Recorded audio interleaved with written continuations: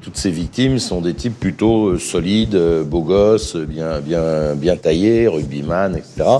Mais elle a le don de mettre les hommes sous emprise et après elle ne les lâche pas.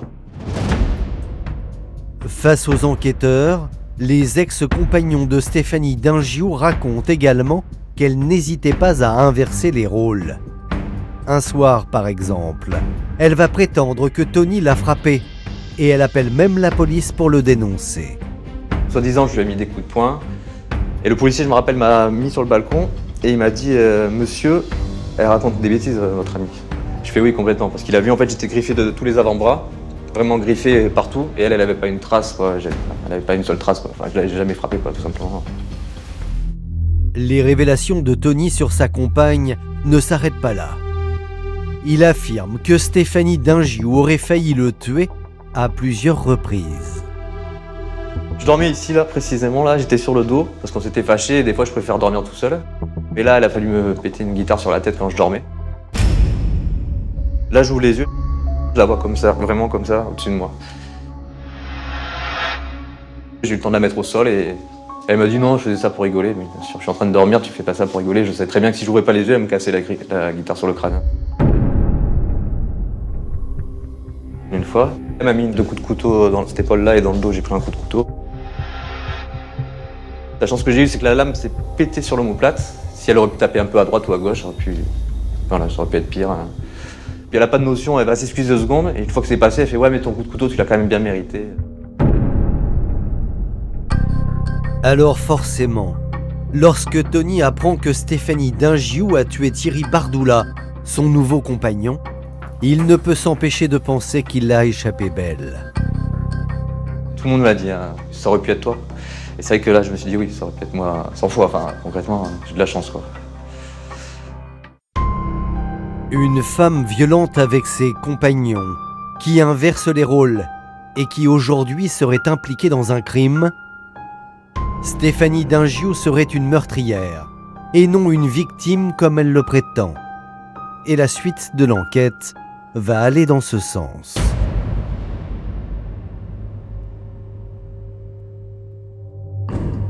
Tout d'abord, en vérifiant les comptes bancaires de Thierry Bardoula, les policiers vont découvrir que sa compagne l'avait bien dépouillé.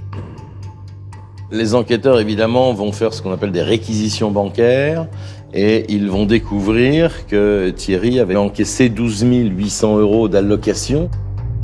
Mais le jour de son décès, il n'avait plus d'argent sur son compte. Il ne reste plus que quelques euros sur le compte en banque. Donc en fait, Thierry, en 6 mois, il a dépensé quasiment tout son argent, vraisemblablement pour des cadeaux pour Stéphanie. Et puis, en consultant le téléphone portable de Stéphanie Dingiou, les enquêteurs vont découvrir une vidéo filmée quelques heures avant la mort de Thierry Bardoula. Elle atteste que la victime était un homme battu. Là, on voit sur la vidéo qu'il a reçu des coups. C'est-à-dire qu'elle le frappe encore et encore, sans raison aucune. On voit qu'il a des plaies sur le visage, notamment à l'arcade, au niveau de la joue et du front.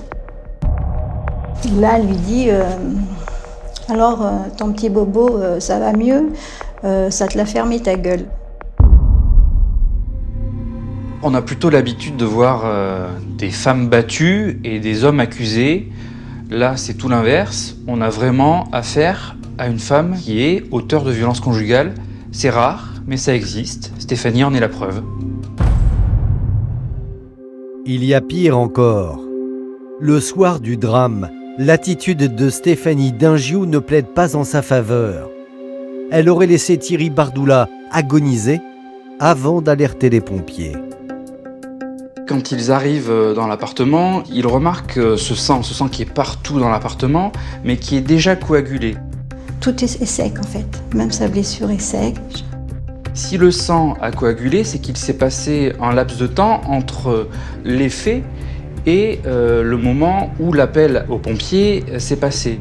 On peut imaginer qu'elle a laissé en quelque sorte Thierry Bardoula se vider de son sang.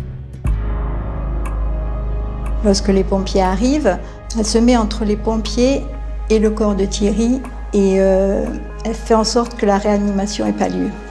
C'est-à-dire qu'elle empêche la réanimation. Et les pompiers sont obligés de l'isoler dans une pièce pour pouvoir pratiquer la réanimation.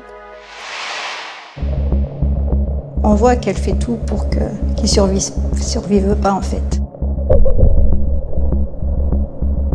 Mais ce qui va achever de convaincre les enquêteurs sur la personnalité criminelle de Stéphanie, ce sont les conclusions de l'autopsie du corps de la victime. Il y avait une pièce maîtresse dans ce dossier. C'était le rapport du médecin légiste. Stéphanie, elle parle d'un acte totalement accidentel, mais le médecin légiste, il va dire pas du tout. Le médecin légiste, il dit que le coup a été porté de face, pas possible en arrière. Et ça change tout, parce que autant comme ça, on peut dire c'est un accident. Je voulais qu'il me lâche, je voulais me défendre. En revanche, quand le médecin légiste dit ils étaient face à face, elle avait le tesson de verre à la main, elle lui enfonce dans la gorge, là c'est un acte volontaire.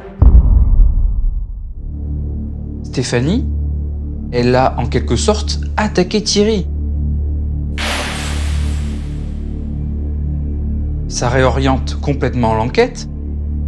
On ne parle pas d'un homicide involontaire, mais bien d'un meurtre.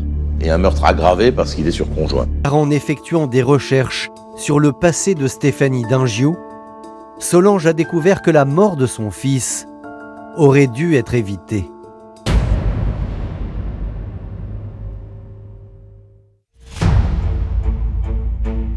Car avant de faire la rencontre de Thierry Bardoula, la jeune femme faisait déjà l'objet de poursuites judiciaires pour d'autres affaires de violence.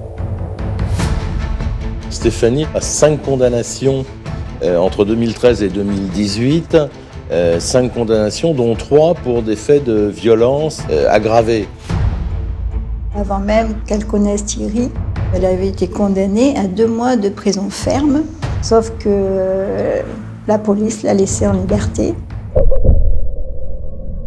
Elle avait été condamnée à une peine d'emprisonnement qu'elle n'a jamais effectuée. Au moment où elle a tué Thierry, elle aurait dû être en prison. Et Thierry serait en vie. Et il y a plus hallucinant.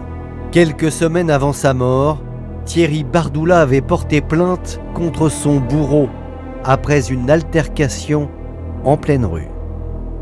Elle l'a agressé en fait.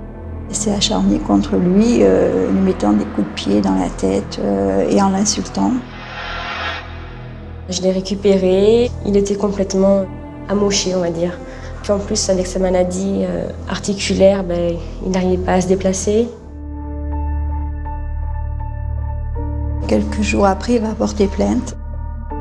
On avait été voir la police, mais aucune pression, aucune panique de leur part. Tout était normal, rien ne posait de problème. On nous disait toujours « mais c'est pas grave, c'est rien ». Les flics ont rigolé. Ils lui ont dit allez, c'est bon. Encore aujourd'hui, on n'est pas préparé dans cette société à entendre qu'un homme est battu. Thierry Bardoula n'est pas pris au sérieux et personne ne l'avertit que sa compagne avait un casier judiciaire. On aurait aimé qu'ils nous préviennent sur sa dangerosité et que Thierry aussi puisse le savoir. Comme ça, au moins, on aurait encore pris plus de mesures, on va dire, pour l'éloigner de cette personne. Et puis à elle, on aurait fait comprendre qu'il ne fallait pas qu'elle reste ici, quoi. La logique aurait été qu'elle passe en comparution immédiate compte tenu des antécédents. Malheureusement, ça n'a pas été le cas. Qu'est-ce que vous voulez que je vous dise? Quand un homme vient déposer une plainte contre une femme disant que cette femme l'a frappé, il y a quand même peu de chances que ça arrive au tribunal. Hein. Ils auraient dû l'interpeller et puis voilà, l'éloigner de Thierry. Là, il y a eu un dysfonctionnement de la police.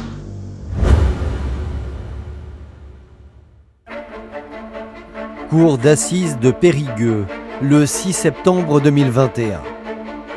3 ans après le meurtre de Thierry Bardoula, s'ouvre le procès de Stéphanie Dingiou. Elle risque la réclusion criminelle à perpétuité. Et face à la gravité des faits qui lui sont reprochés, la jeune femme, désormais âgée de 29 ans, fait profil bas. Quand les portes s'ouvrent, tout le monde se pose la question, mais à quoi elle ressemble cette Stéphanie qui est accusée d'avoir égorgé un homme? C'est pas rien. On s'imagine une femme puissante qui va arriver dans le box, et en fait, les portes s'ouvrent et on trouve une Stéphanie Dingiou, presque enfant, toute petite, menue. Elle porte même un t-shirt Disney. Madame Dingiou est terrorisée par l'idée d'avoir la famille de la victime en face et de devoir expliquer son geste. Pour la famille de la victime, après des mois d'attente, le procès de Stéphanie Dingiou est vécu comme une vraie libération. Quand on est arrivé au procès, on était rassurés. Nous, on s'est dit, bon, on a fait notre part de travail. Et on avait un jury qui était très attentionné. On a vu qu'ils avaient compris sa personnalité et sa dangerosité. Il faut dire que l'accusé semble ne faire aucun effort. Car Stéphanie maintient sa version d'une dispute qui aurait mal tourné et continue d'inverser les rôles. Elle dit d'elle-même qu'elle n'exerce pas de violence conjugale, qu'elle en souffre plutôt qu'elle est la victime de ses ex-compagnons, qu'ils ont tous un problème mais que le problème ne vient certainement pas d'elle. Quand on a des éléments indiscutables qui montrent qu'elle peut être violente, elle va tenter de se justifier, de dire que c'était pas forcément elle qui commençait. Et en réalité, elle ne se reconnaît pas dans les faits, elle n'assume pas sa responsabilité. Pour tenter d'émouvoir les jurés, Stéphanie Dingiou va de nouveau jouer les victimes en mettant en avant son passé chaotique. Stéphanie Dingiou vient de la Guyane, du côté de Saint-Laurent-du-Maroni. Ce qui va marquer l'adolescence de Stéphanie, c'est le fait que sa mère va partir en métropole. Donc Stéphanie, elle va être confiée à sa grand-mère et elle va en garder un sentiment d'abandon. Elle va tomber assez jeune, enceinte. L'enfant va être placé en famille d'accueil. Elle est quand même dans une situation de vie compliquée. Pour autant, malgré ses problèmes de jeunesse, Stéphanie Dingiou est reconnue pleinement responsable de ses actes. Les psychiatres vont examiner Stéphanie Dingiou. Ils vont établir qu'elle n'est pas folle, son discernement n'était pas aboli. Et ce ne sont pas ses ex-compagnons, appelés à la barre, qui vont l'aider à se tirer d'affaire. Tony tenait à témoigner des violences qu'il a lui-même subies. Venir au procès, c'était important aussi pour moi par rapport à la maman de la victime, parce que je me mets à sa place. On se devait de montrer qui est vraiment Stéphanie, quoi. Ça lui plaisait pas, du coup, elle baissait les yeux. Elle n'accepte pas la vérité, donc... Il y a un moment qui est marquant dans ce procès, c'est quand Stéphanie a la parole, et là elle se met à pleurer. On la sent assez affectée. Elle demande pardon aux proches de Thierry Bardoula. La seule fois où elle nous a regardés, et là j'ai pas du tout regardé, j'ai regardé droit devant moi, c'est quand elle a fait ses excuses, on va dire. Et là, la question qu'on se pose tous, c'est est-ce qu'elle est vraiment sincère quand elle pleure en demandant pardon? Ça vaut rien, enfin, c'est... Ce qu'elle voulait dire, c'était en gros, laissez-moi sortir, quoi. Je veux continuer ma vie que je mène et en fait, elle n'en a rien à faire d'avoir tué Thierry ou d'avoir fait du mal à tout le monde puisqu'elle ment tout le temps. Après 3 jours d'audience, il est temps pour les jurés de passer aux délibérations pour décider du sort de l'accusé. Pendant ce temps-là, on croise les doigts pendant 4 heures. L'orage gronde dehors. On se dit, ça gronde dedans aussi. Après, l'orage s'arrête. Un arc-en-ciel apparaît. Et là, on rentre dans la salle d'audience. Tel un signe du destin, le jugement s'annonce favorable pour la famille de la victime. Et effectivement, les jurés déclarent Stéphanie Dingiou coupable. Stéphanie a été condamnée à 24 années de réclusion criminelle.